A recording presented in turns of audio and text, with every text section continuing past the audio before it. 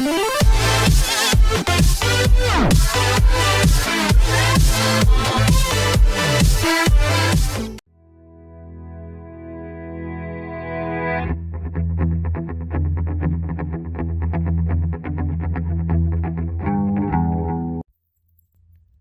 chess friends. This is Kaushal Panchal signing in to the Chess Club channel. I warmly welcome all my friends and all the chess lovers from the world to my channel. Before starting today's lecture, I would like to inform you about my channel. So, first things first, we are going to start 5 different video series on our channel in near future. So, first is all about attacking and aggressive chess openings, especially with the black pieces. Second thing is about analysis of the games of the super grandmasters, especially attacking games with the black pieces. Third thing is about middle game. We will learn very important tactical patterns, motifs, and piece combinations to improve our middle game.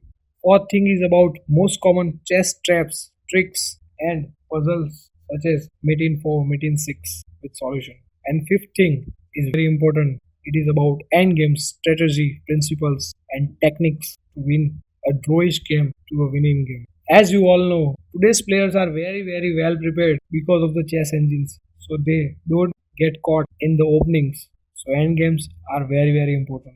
Now, second thing that I want to tell you is, if you don't know chess notations, please learn it, because this channel will improve your chess very fast. Third thing that I want to tell you is that if you are watching this video only, then your chess is not going to improve. You have to set a set of chessboard on your table and play move by move to remember all the things. And fourth thing, and very important thing to you and me, please don't forget to subscribe my channel. So let's start, friends. In this game, Donald started with the knight f3 move, and knight f3 is a kind of move to avoid all kind of theoretical preparations, and Bobby Fischer replied with knight f6 move. Then Donald played c4 and Bobby Fischer played g6. This is known as the King's Indian defense. And after g6, Donald played knight c3. This is known as 3-knight opening. And Fischer replied with bishop g7. And after this, Donald played d4 move. And Fischer calmly castled, and inviting white to grab the center with the e4. But Donald didn't do that, because he knew that Bobby Fischer is extremely prepared against this kind of openings, and he didn't want to go in the jungle of the King's Indian. So Donald chose a different move, bishop f4. And now you can see by arrows that black has wide variety of moves, but Bobby Fischer chose d5 move. And after d5, Donald replied with queen b3 move. This is known as Russian attack or Hungarian attack. And after queen b3, Bobby Fischer calmly captured the c4 pawn with the d pawn, attacking the queen. And after queen cross c4, Bobby Fischer played c6. Here, pawn to c6 is very nice move, as it controls b5 and d5 square, and also prevents any potential knight jumps over b5 square, pressurizing the c7 square. But after c6, Donald has the chance to grab the center with the e4 move, as there is no d pawn to challenge white's center. So white has a nice center with e4 and d4 pawn. And now Bobby Fischer played knight bd7, a very common move. Knight bd7 has a simple idea to play knight b6 and gain the tempo over the queen. So after knight bd7, Donald played a very suspicious looking move, rook d1. But he has a very clear intention to break in the center with the d5 pawn and open up the position. Here, I want to tell you a thumb rule. Never open up the position until your king is in the center. Here, Fischer replied with knight b6, gaining the tempo on the queen and opening up the bishop on c8. And now you can see by arrows that Donald's queen has 3 squares, but he chose very aggressive square on the c5. And Fischer replied with bishop g4. His idea is to pin the knight against the rook on the d1. In this position, despite of having back in the development and also putting the king in the middle of the board, he played bishop g5. Here I want to tell you second thumb rule. Never move your pieces twice in the opening unless it is necessary. You can't believe me, but this is the biggest blunder of the game. The better move was bishop e2 or bishop d3 and try to castle as fast as possible. But after this big blunder, Boy Fischer played a brilliancy in this position. If you want to try, just pause the video and find the move. And the move is knight f4. Oops. At first glance, it looks like that the knight on a4 is completely free, huh? But no, Donald didn't capture it and played queen a3. So let's look what happened if he captures the knight. So after knight cross a4, Boy Fischer has the move knight takes e4, attacking the queen and the bishop on g5. And also, this position is very rich in the tactics. So let's say if white plays queen b4, then after simple bishop cross f3 and bishop cross e7. Remember, white cannot capture the white square bishop on f3 because his bishop on g5 is hanging. So after bishop cross e7, there is a move, beautiful move, bishop cross d1. And after bishop cross d8, rook cross d8, you can find that white cannot capture the bishop on d1 because simple rook cross d4, checking the king and attacking the queen. So white has to give up his queen for the rook. And you can see that white's pieces are completely miscoordinated as this white knight is on the side of the board, the king misplaced on the center, and these two pieces, rook and bishop, has not developed. And also black is complete pawn ahead and also attacking the f2 pawn with two pieces. In this position, if white plays knight c3, then also rook takes d4 and there are multiple threats. You can see that white's queen is attacked and after the queen moves, simple knight cross c3 and after b cross c3 or queen cross c3, there is rook e8 check and white is completely busted. So let's try a very common move in this position, that is bishop takes e7 or queen takes e7. So first we will look bishop takes e7. So after bishop takes e7, simple knight takes c5 and bishop takes d8 and then knight takes a4 and white has to save his bishop on d8, so he will play bishop g5 and simple rook e8 check and after bishop e3 there is bishop cross f3 and after g cross f3 knight cross b2 attacking the rook, and you can see that white's pawn structure is completely busted and also white is pawn down, so we can win this position very easily. So let's look what will happen after queen cross e7. So after queen cross e7, black has a brilliant move, queen a5 check, and after b4 simply capture the knight and regain the piece. And look at the rooks of the black pieces.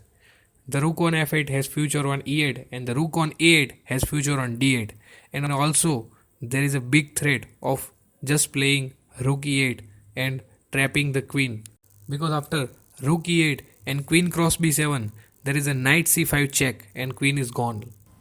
So after queen cross a4, let's check what will happen if queen captures the knight on e4. So after queen cross knight on e4, then simple move is rook e8, pinning the queen against the king, and there is only move to save his queen, that is bishop e7.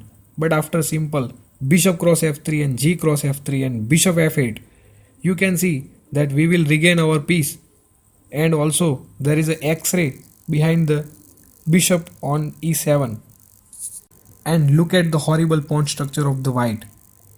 So we can win this position very easily. So we have analyzed that the knight on a4 is fully protected with all kind of tactics, so white cannot capture it. So Donald in this position played queen a3, but after simple knight cross c3 and b cross c3, Boy Fischer just captured the central pawn with knight cross e4. And in this position there is the same tactic as we have seen in previous position, that is bishop cross f3 and knight cross g5. But Let's check what will happen in this position if white captures the pawn on e7.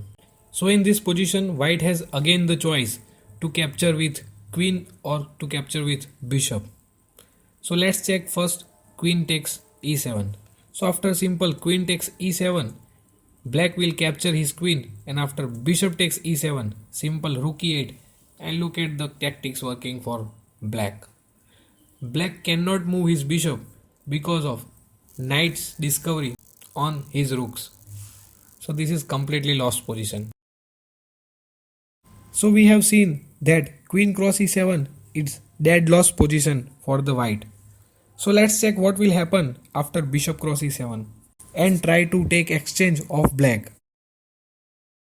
But after bishop cross e7, Fischer simply played queen b6 and saying white that if you want to capture my rook, you can capture it. Donald didn't capture his rook and played bishop c4. But let's check what will happen after bishop cross f8. So after bishop cross f8 and bishop cross f8 attacking the queen on a3, white has to move his queen on b3, because if he goes queen c1, then there is a tactic knight cross c3 and queen cannot capture the c3 knight because of the bishop b4 pin.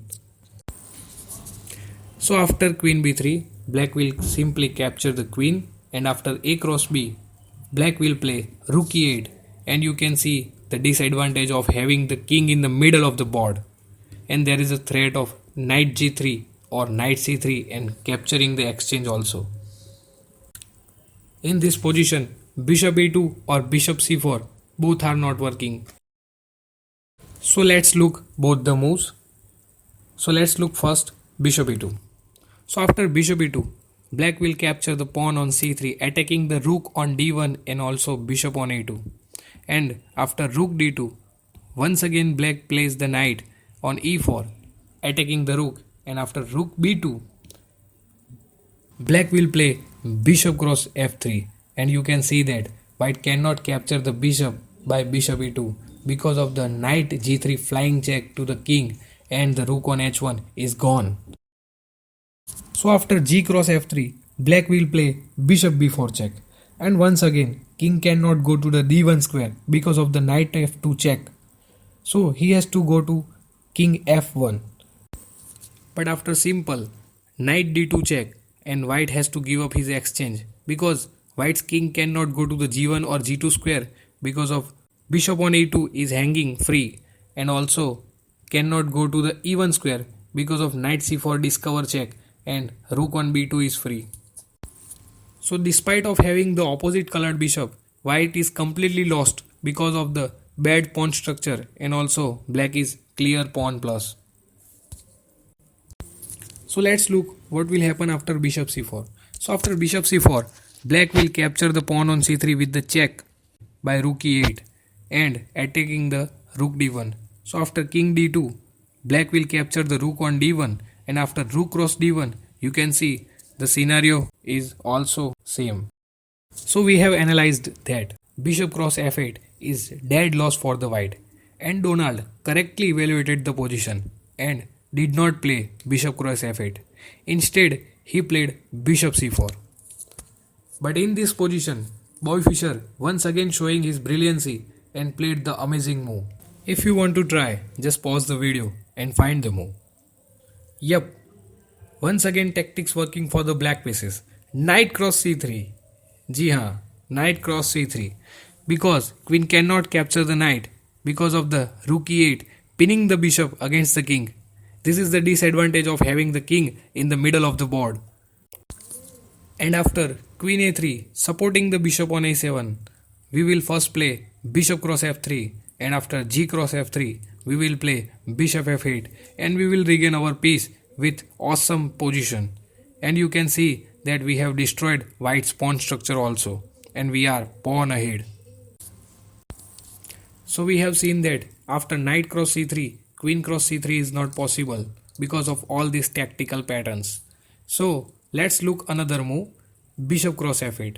But after bishop cross f8, we will simply recapture the bishop by our bishop, bishop cross f8, attacking the queen, and still queen cannot capture the knight because of bishop b4 pinning the queen against the king, and also if queen moves anywhere, then we will regain our exchange by simple knight takes d1 and misplacing his king. So we have seen that queen cross c3 or bishop cross f8, both moves are not working for the white. But let's look one another sharp move which was played in the game, bishop c5. So after bishop c5, first of all Fischer played rook e8 check, and so white has to move his king. Now there are two options, king f1 and king d2. King f1 was played in the game, but let's look what will happen in the king d2 line. So after king d2, black will play knight e4 check, and after king c2, capture the bishop on c5. And then both the captures with queen or the d pawn are losing. So first let's look d cross c5. Here the line is starting with the bishop f5 check, and white has to block it with bishop d3 because king c1 loses on the spot by bishop h6 check. So after blocking with bishop d3, black will play rook e2 check, and if white blocks with rook, then the line is bishop cross d3, king cross d3 and queen b5 check. And after king c2, black has this awesome tactical shot. Can you see that? Yup, rook d8. And because of too many threats, white will not survive this bombarding by the black pieces. So let's look what will happen if he blocks with the knight. Then once again beautiful tactics is coming on. Queen b5, and look at the pins over the board.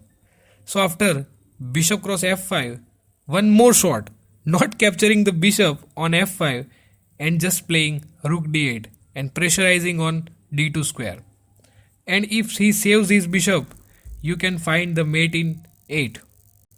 And if he plays the king c1 to prevent the mate, we will torture him for some more time by simply capturing the bishop on f5. And now you can see that black is threatening to trap his queen by playing rook d3, and the queen moves anywhere, then mate on b2. So if he plays queen b3, then we will continue our attack by simply capturing the c5 pawn, and after knight c4 we will play rook d4, and there is no defense of these deadly pieces. So we have seen that knight cross c5, and after d cross c5 the position is completely losing for the white. So let's look what will happen after queen cross c5. So after queen cross c5, we will start with the bishop f5 check, and after blocking the check with bishop d3, we will play rook e2. And after rook e2, once again we will trade all the pieces and play queen a6 check, attacking the a2 pawn. This is very nice and sneaky move. And after blocking with queen c4, defending pawn, we will play queen a5, and once again we will torture our opponent by huge advantage, and you can see the future ideas by arrows and colored squares. And that's why after rook fe8 check, Donald played king f1 instead of king d2, because in king d2 line every position was probably losing. But after king f1, it looks like black is simply losing a piece, man, as two pieces are attacked same time, nc3 and queen b6. But in this position, Fischer has shown his extraordinary class and played brilliancy of the game, and just saying white, if you want to capture my queen or knight, you can capture it. I am going to play bishop e6. He is sacrificing the whole queen. If you find this move, don't worry, I am not going to believe you. In the game, Donald took the queen and badly punished by the Fischer. So let's look another options. If he captures free knight on c3, then tactical day for the Fischer. Queen cross c5, and once again d cannot capture the c5 because of the bishop cross f3, and white is completely lost by positionally and materially. Another move is, for example, after bishop e6, let's say if he captures the bishop on e6 by bishop on c4. So after bishop cross e6, then mate in 5. Can you see it? Yep, starting with the queen b5 check, and after king g1 smothered mate pattern, knight e2 check, king f1, knight g3 double check, so cannot capture with h pawn, and after king g1 once again queen f1 check, and white has to capture with rook and knight e2 check smother mate. So now only one option is remaining for the Donald, and that was played in the game. He captured Fischer's queen on b6. But after the capture, Fischer first of all gave him a check with capturing the bishop on c4 by his own bishop. And you can see that white's king has only one square, so after king g1 he gave him another check with knight e2, and after king f1 he captured pawn on d4 with discovered check by bishop on c4. So king went to g1 and once again knight e2 check and king f1, and Fischer posted his knight back on c3 attacking the rook on d1 with bishop c4 check. So after king g1 he just captured bishop on b6, and now you can see that Fischer has given his full queen for just two bishops and two pawns. Right now his queen on a3 is attacked, so he played queen b4 attacking the bishop on c4, and Fischer replied with rook a4. Now look at the board. White has queen but not much effective, and black's all small pieces are working very well coordinated and combinative fashion. So after rook a4 counter attacking the queen, and queen captures b6, and Fischer just captured another piece, that rook on d1 with his knight, and now he has one rook and two powerful bishops for his queen. So after knight cross d1, white played h3 making luft for his king and also trying to make some space for his rook to enter in the game. But now Fischer became unstoppable and grabbed another pawn with the rook cross a2, and after king h2 one more pawn with knight cross f2, also attacking the rook on h1, and here white played rook e1. He is desperately trying for some counterplay, but Fischer takes the rook also, and after queen d8 check, as we can see that rook cannot come back, so Fischer blocked with the bishop f8, and now white captures the rook on the e1. After this, Fischer just consolidated his position by playing bishop d5. And look at the idea of Fischer. He don't want to win quickly, he just want to torture his opponent. Look at the bishop d5, bishop f8, and supported rook on the a2, and also supported knight on the f2. And his idea is very simple. He want to play b5, and he is 3 pawn plus and having rook and double bishops for his queen. So this is completely technical task for him. After bishop d5, Fischer's opponent played just knight f3, and Fischer replied with knight e4. He wants to control d6 and c5 square for his bishop or knight. And after queen b8 attacking the pawn on b7, Fischer replied with b5. And look at that. You cannot touch any of the pieces of the Fischer. Now Fischer's opponent Donald desperately trying for some counterplay with h4 move, and Fischer shut down all the counterplay on the king side by simply playing h5 move and fixing the pawn on the h4. And now he has no counterplay and he just played knight e5. But after simple king g7 freeing the bishop on f8, he shows that he has threat of bishop d6. And after king g1, Fischer finishes this game in his own style by playing bishop c5. And after king f1, he played knight g3 check. And as you can see that king cannot come back on g1, or he cannot come upwards due to rook on a2. So he has to go on e1.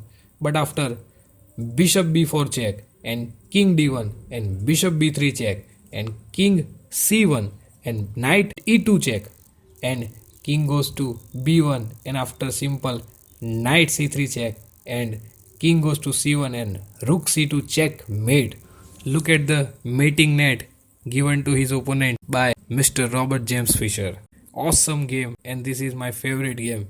In this game, I have tried to cover all main variations with full analysis and present it to you. But if you have any query, you can ask me in comment section or you can email me. Do you like this video? If you like it, then please watch, like and comment on this video. And this is a new channel on YouTube, so try to share as much as possible. And please don't forget to subscribe my channel. This is Kaushal Panchal signing out from the Chess Club channel.